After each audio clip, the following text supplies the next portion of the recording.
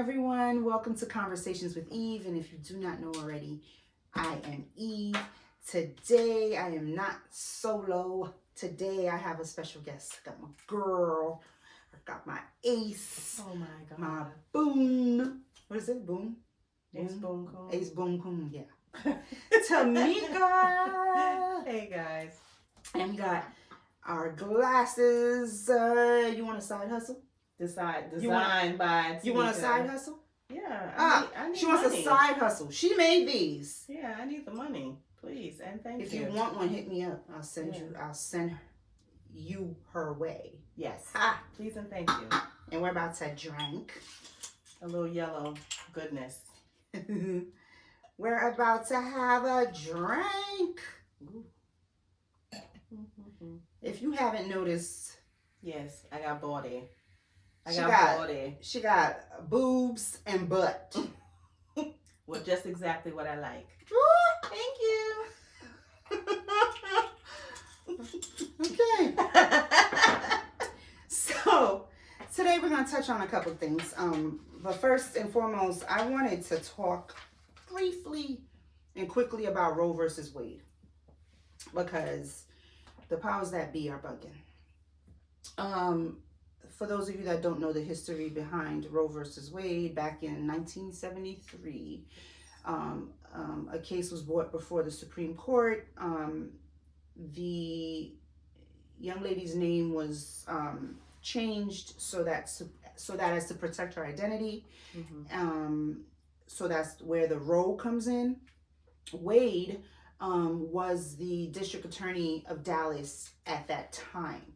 And the Supreme Court had an issue with her because her stance was it was her right to abort a pregnancy at any time for any reason. Right. And the courts felt that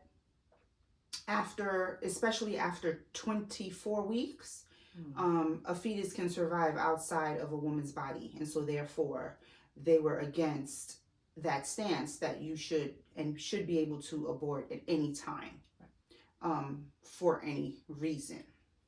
And so now they would like to overturn Roe versus Wade, and the impact that it will have in states across the country is going to be enormous. Yeah. And they're already saying that nearly 1 in 4 women in the U.S. are expected to get abortions at some point in their lives. Right? So now, with this being overturned, you already have 18 states that have trigger laws to ban abortion. So if Roe versus Wade is overturned, the states banning abortion, they're going to ban abortion after what? 6 to 8 weeks. No, it's 6 to 8. 6 to 8? 6 to 8 weeks. 6 to 8 weeks. Okay. So if Roe versus Wade is overturned, you have states like Michigan, Idaho, Arkansas, Tennessee, Louisiana, Mississippi, Alabama, Texas, Arizona, Oklahoma, Utah, West Virginia, that will most likely have abortions as illegal. So wait, 6 to 8. 6 to 8 weeks. Meanwhile, most women don't even know that they're pregnant until after 6 to 8 weeks. Basically. You need, in some cases, depending on the person, 2 missed periods in order to know that you're pregnant. And what if you never miss a period? Then what? If you live in one of these red states, you're screwed. You're screwed. And okay, so then speaking about the red states, I saw an article where that they wanted to ban movement from said red state. So if you're in a red state and you decide that you want to, have an abortion or just travel, period. Okay? And you have to have, as a woman, you would have to have a negative pregnancy test to leave your respective red state for fear that you may be terminating in a state that's allowing abortions. So meanwhile, okay, devil's advocate. I have this child. Mm-hmm. Who taking care of this baby? Like who are facilities being set up to care for these children that in some cases may be unwanted, which is why abortion is an option. If a woman is raped, if there's an incestuous situation going on, a domestic violence situation, whatever the case may be, that would have you looking at your child in such a way that, yes, you will love them regardless, but in the same token, you may have adverse. Right. But they're already complaining that African American and Hispanic women have abortions at a higher rate, right, than their peers. Because women of color experience a higher level of poverty. Right. Yet, you're telling me that I must give birth. You want to further put me into poverty. Right. Right. And then for women who a pregnancy means life or death, you're telling me I must die. Like, it just doesn't make any sense. Right. Okay. And yes, some may argue, that as a grown woman, if you don't want to be pregnant, you shouldn't allow yourself to get pregnant, right? Yes. I get it. But things happen, right? Things happen. And then especially you have these young kids out there, right? Experimenting, having sex, getting pregnant. Things happen. Right. Things happen. Women on birth control get pregnant. Correct. Things happen. So at the end of the day, you're telling me that I must give birth to a child that I cannot support, a child that I do not want, right? Or a child that was conceived from rape, right? Or what? And if I find out that continuing with this pregnancy can terminate my own life, I must still, continue with this pregnancy. If I find out that the fetus that I'm carrying will have a birth defect, will have issues, and I am telling you that I am not equipped to take care of these pending issues. But you're telling me, you gotta have this baby. Come on. So, okay. What if people start leaving the babies at the courthouse? Forget about the firehouse. Right? Forget about, a family member. Just take them straight to the courthouse. Take them straight to the Supreme Court. It's just crazy. A little note. A little bassinet and a little note. It's just insane. And I mean, we're making light of this right now, but by no means is this a light topic. This is a very heavy topic. It's yeah. So I wanted to touch on this real quick because I felt like if this happens, this is going to be detrimental. It's going to be a big problem.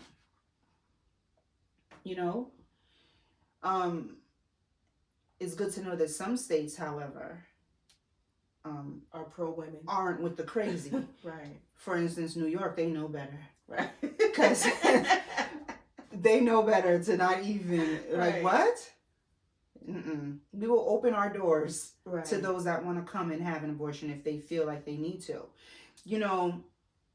And don't get me wrong. I listen. I love children, I love babies, you know what I mean? I was raised in a Christian household where abortion was just not a thing. Right. If God allowed you to get pregnant, He would make a way for you to take care of it. That was what we were told. You know what I'm saying? So I get it, but then I also know on the other side, there are situations, there are things, there are women that just cannot carry. There are women that just cannot. They're not equipped mentally, emotionally. Right. Postpartum depression is a real thing. Right.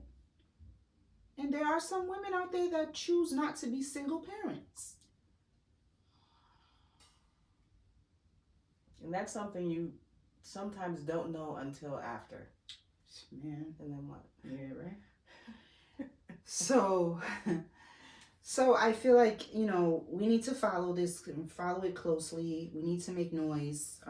We need to make sure that our voices are heard. And not just us women, men as well. Because this is more, for me, a control thing. Right. Than it is you caring about life. Right. About, a fetus can survive 24 weeks outside of a woman's body. This is more of a control. It's more of a control thing, and you're already complaining about the poverty levels, already right. complaining about people living off of our tax money. Correct. And people on public assistance and all these other things. Right. Yet these are the decisions that you leave us with. Right. Coming back from a pandemic, possible recession, right, World War III. Right. This is what you're focused on right now. Insanity. So, we're gonna stay on this. We're gonna follow it, and I'm sure we'll touch on it again at a later date. Hopefully with a more positive outcome. Hopefully. And hopefully this doesn't, it gets struck down. Right. So we're gonna we're just gonna stick God on them, because this don't make no damn sense. Right. It doesn't make no sense. Yeah, I thought I saw New York. I better not. Okay.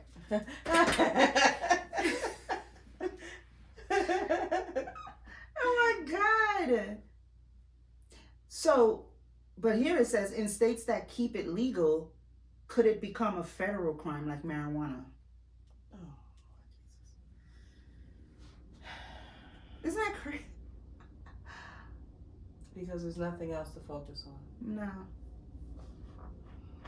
Nothing else to focus on. Meanwhile, and again, don't get me wrong, I'm all for benevolence, I'm all for human kindness, and I'm all for all that stuff. But meanwhile, we are opening our doors and taking in, what was it, the Iranians? Ukrainians. We're opening our doors, we're taking them in, we're bringing them here, we're giving them home, shelter, food. Right. Everything, right? But what's still happening? You can finish it. But Black lives, do they matter today? So, a fetus that may or may not be viable matters more than the father of said fetus. Yep. Okay. Right? Yeah. Oh, LGBTQ rights on the, okay. So your rights are on the chopping block too. Oh, okay. So everyone, all the LGBTQs that the right to same-sex marriage. Listen, don't touch it. All that is in jeopardy.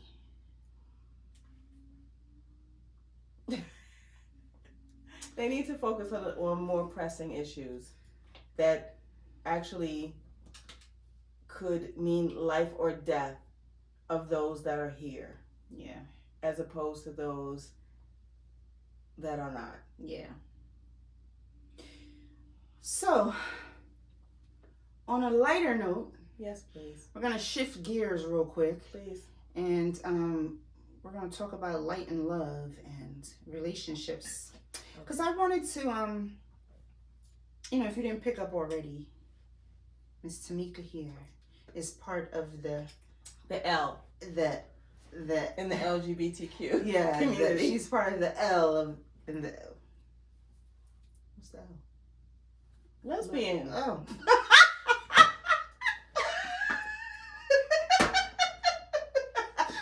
Wait a minute. Okay, so Tamika here is part of the L in LGBTQ. So do we need to know what the other letters mean? Let the people know. L, lesbian. Yeah. G, gay. Yeah. B, bi. Yeah. T, trans. Q, queer. Mm-hmm. And then I also LGBTQ. Then there's I, intersex, and then there's A. I don't remember what the A stands for, but they're part of the plus part. So the LGBTQ plus, there's a plus. Oh, I'm about to say you're adding letters. There's a plus. Okay. And what's the? Okay. The pluses are the I's, the A's, and maybe the P's. Pansexuals, and it gets real. Okay. It gets real. So you're the L. I'm the L. Okay. Mm-hmm. So, and I know that you are in a very committed relationship. A very committed relationship. Yes. That's causing you to glow. Glowing is good. I didn't listen. I didn't say glowing was not good. Okay. I'm just, I just have some questions. What's your question? Okay. What's your question?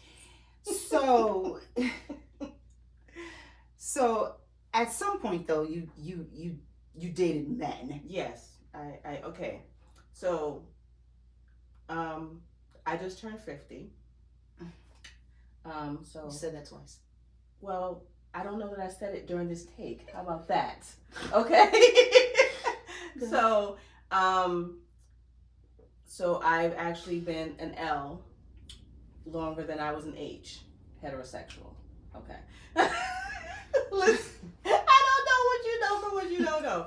So I actually came out as gay when I was 25. I basically came out to my mom. I had decided, okay, so back up. Prior to me being 25, prior to me being 21, I was not aware that being with a woman was a thing, that it was acceptable, that it was allowable. And then when I did see that it possibly was, i.e. porno, can we say that? Yes, i.e. through porno, it was always interracial, an Asian woman, a white woman, a Hispanic woman. There was never any black people in these videos that I had seen. So I was like, oh, so I'll have to go outside of my race if that's the thing. And my brother was dating this lady at the time whose mom happened to be gay. So she had taken me to my first gay pride parade. Girl, I lost my mind. So if anyone who doesn't know, New York City Gay Pride, it's like next level. The amount of people that are there to represent whatever they stand for, whatever color they stand for, whatever love they stand for, is next level. So I had never seen so much brownness in my life and so many beautiful people in my life. So it was at that point in time that I was like, oh, so this is an option. Mm-hmm. This is something that, that could be for me. And then I met someone who I actually knew as a child, as a young person. I don't want to say a child, I was a teenager when I met her, when I knew her. We lived in the same neighborhood. She was a little younger than me. So her sister and I were friends. And we reconnected online, AOL chat, Mm-hmm. small like messenger, Hotmail, Yeah. Gmail type thing. And upon meeting her, I was like, wow, this feels right to me. So it was at that point where I made a decision that I was going to come out to my mom first and foremost, and I had made a decision that regardless of how she felt or what she felt, this was what I felt and what I needed and what I wanted. And I took a stance that if she loved me, that she would love me in spite of whatever decision I decide to make up under my clothes. So I came to her and I said, Mom, I just want to let you know that I'm gay. So her first question was, well, why can't you be bi? So I was like, well, why would I be bi? So she was like, because, I don't want you to limit yourself. So I'm like, what? So she didn't want me to close the door on men. So I said, well, I can't be bi. I said, okay, let's just say for shits and giggles, I could be bi if I were single. Mm-hmm. You know what I mean? Like, then I'm open to whatever I see. But if I'm in a relationship, I'm in a relationship. And if I choose to be in a relationship with a woman, I'm going to be gay, i.e. a lesbian. Mm-hmm. So then her next statement was, so does that mean I'm not having any babies? I won't have any grandchildren. So at the time, I was like, no, doesn't mean that is off the table. It'll just be a little bit more planned, a little more purposeful. So she was okay with it. Still, had her apprehensions and didn't really see where it was something that was for me, because prior to me coming out to her at 25, I had dated a number of individuals, very serious relationships. So it wasn't like, I woke up one day and I had always been a tomboy, which I was, and just decided without trying the other side, hey, Mom, I'm gay. Like, no, been there, done that. This is what I prefer. Okay. So how is she now?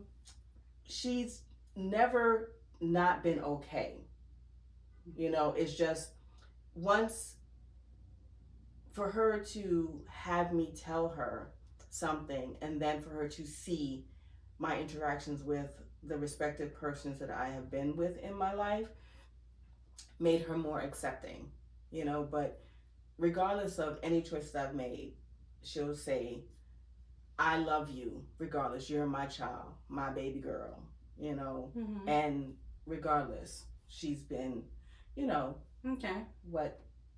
what any person coming out with a decision that may alienate some people from their lives, what anyone would want. Right. So, well, for me, I think we've never really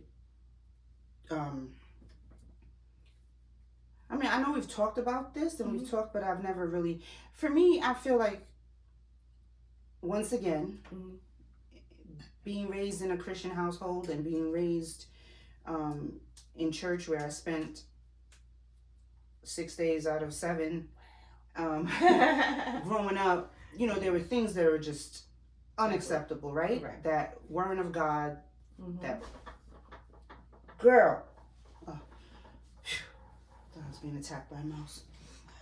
That wasn't of God, that wasn't in the Bible, that, just unacceptable, right? So growing up, seeing a lesbian couple or a gay couple, that was like an absolute abomination, right? So it was unacceptable. And it wasn't until I started to, as I got older and geared a little bit away from religion and more towards spirituality. So for me right now, I don't do religion. Yes. I do God. Yes. I love him with everything in me. Right. God is good.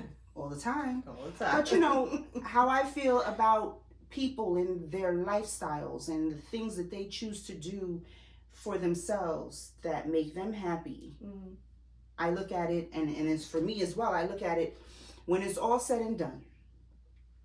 Tamika will not be standing in front of me and be accountable for her life. Mm-hmm.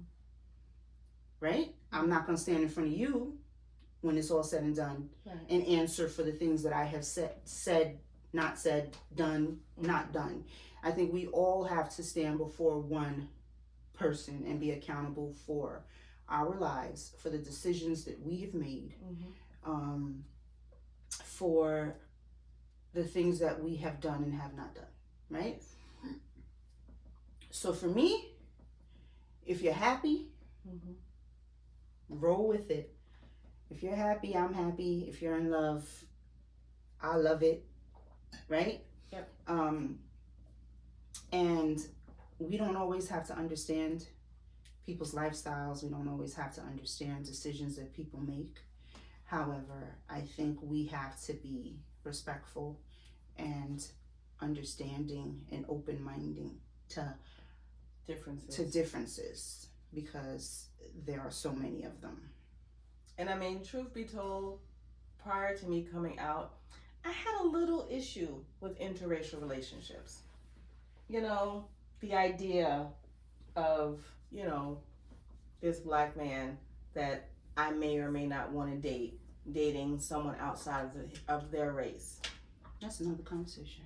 But then when I came out, I'm like, well, how can I be judgy about an interracial relationship when I'm taking away two, the fact that I don't want you, and this person that I'm with don't want you. Mm-hmm. That's two women off the block. So, go ahead, do your thing. And so, how long have you been in your relationship? My current relationship, we have been in a little over a year. We started talking January of 21. Mm-hmm. Yes, January of 21. And it has been quite awesome. Cool. Yep. I love her. But, you know, she's my person. But before we end this, I wanted to ask, because this has always been a question of mine. Oh. I don't get it. So maybe you can explain it for me. Oh, listen. So, the resident. Why can't I ever see? And I think in my lifetime, I think one time. I know the question. Go ahead. Time. I saw two feminine women. Oh Lord. Yes. With each other. Okay. And when I say two, I mean they were both, you know, dressed, heels. Dresses, yes. Yeah. But then what I am used to seeing though is a feminine. Right. And a masculine. So my question, and it may sound ignorant, it may sound it's not. It's if you want to date someone that dresses like a man, resembles a man, why not be with a man? Are we gonna be real? Yeah. Because a man don't have these things. That's it? Yeah. And I mean, okay. So, I've not dated a lot of women, but I have dated, enough of different categories to basically, have this conversation, right? So, I've dated women who have been in relationships with men, thriving relationships with men. I've dated women who have been in relationships with men just for the sake of a child, to have a child. I've been in relationships with women who have never had sex with a man, who have never dated a man. I've been in a relationship with someone who dated and had lots of sex with men, but could not fully was not emotionally connected to men. You know, so, and for the most part, they've all, when I dated them, have been, the term would be masculine presenting, but it's not to say that they all started out that way. You know, some grew up in the church and it was a transitional period. They were the epitome of a tomboy. Like, I have not dated anyone that started out, well, no, there was one who basically started out feminine and then did a total left turn. Hold on, Babylon. That's not what I'm asking. You want to know basically why? Because, listen, when I was with men, I was with men, period.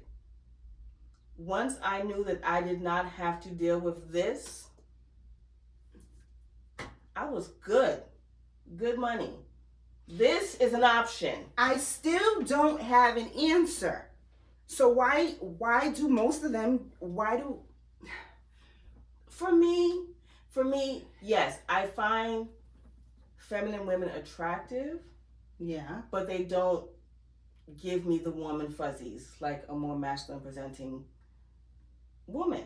And it's a matter of, okay, when it comes down to it, yeah, you could have on your Timbs or your Air Force Ones.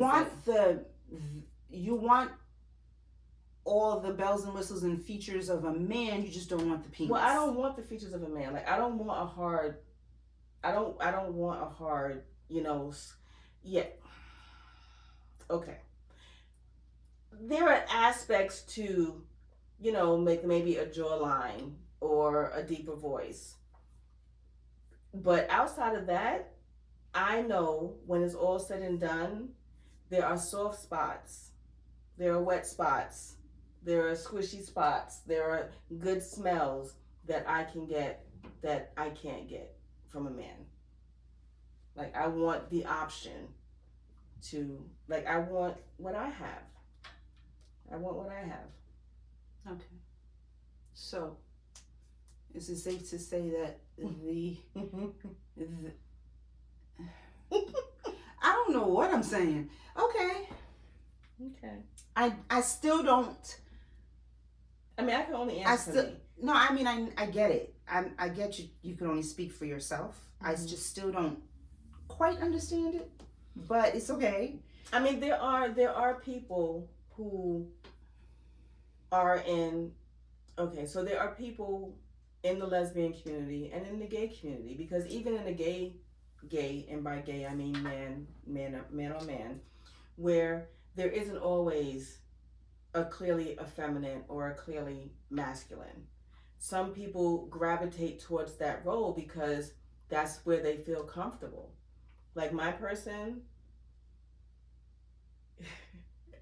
so to have her tell it, she never liked wearing dresses, and that was always her thing. You know what I mean? And I don't like wearing dresses because I don't want my legs to rub together. I want my clothes to fit a certain way where certain things are not. So I'm in most relationships that I've been in, I am the most masculine, feminine woman that they would have dated. I don't do heels. I like to be comfortable. You know, jeans, sneakers, boots, flats. That's my thing. You know, but in the same token, people resonate where they feel comfortable. And that speaks volumes. My relationship prior to my current relationship, she was struggling with where she felt comfortable, where she fit. Because two relationships prior to me, she was a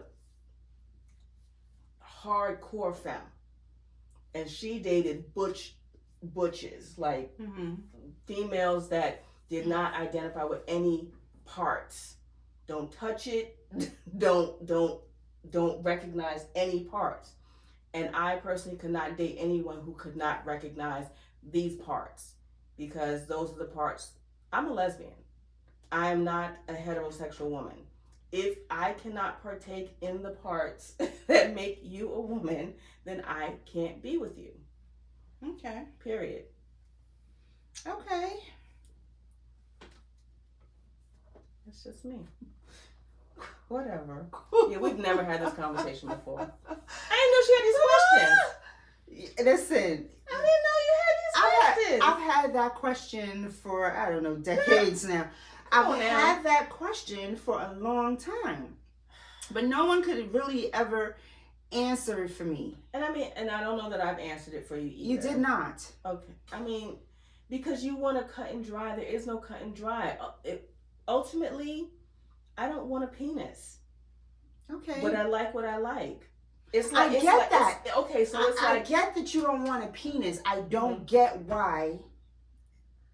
And not necessarily you, but the person in general, I'm with wears I just don't get slacks why and suits and you guys choose someone that looks like they have a penis. Because it feels comfortable. Like, I know that we did have a conversation before in regards to identification, because you have a friend who has a daughter who recently came out. Yeah. Okay. So, personally, the fact that I am a femme, outside of me wearing a rainbow bracelet or being in a gay club, you don't know that I'm gay. Right? Like, right. Unless we have a conversation, you don't know that I'm gay. Right. I like the idea of looking across the room. Oh, there's a lesbian. That's what I'm drawn to. And you're just able to pick it up. Yeah. Yeah. Just like me liking chocolate. Nice. I like my people brown. That's a gift. Sometimes it's more like if they're packaged the way I like them to be packaged. Okay. Because regardless, like exactly how the women I date dress, that's how I dressed the men that I was dating. So I like what I like. Would I be opposed to dating a feminine woman? At this point, yes, because I'm very committed. But in the same token, when it comes down to it, no one wants a pillow princess. That's a whole nother topic. Okay. So basically, a pillow princess is a woman who would just prefer to receive. And like if you're a giver, that's great. But in the same token, I want to know that the person I'm with, we're going to be giving equally. Okay. Well, maybe one day I will meet someone that can answer the question for me. It's a choice. It's a personal choice. Okay. It's like complexion, height. People have parameters. I get it. Get it. But, oh, guys, thank you so much for chilling with us, tuning in, and spending this time with us and having conversations with me, Eve. Thank you, T, for joining me. You're welcome. Yeah, we're going to have conversations after this. Oh, yeah, we're going to have conversations after this. You'll be back. Yeah. And I'll have more questions. Oh, God. So we're going to have a whole, L conversation? Yeah. Listen. I'm here for it. We're gonna just, just gonna lay it all out. The resident lesbian. And we're just gonna have conversations and we're just gonna figure it out, right? Okay. And we'll figure things out. Thank you, guys. Thank you. Hey. And as always, stay prayed up. Yes. No matter what. Blessings upon blessings. Through the good, through the bad. Prayer changes things. Yes. Thanks, guys. Thank you.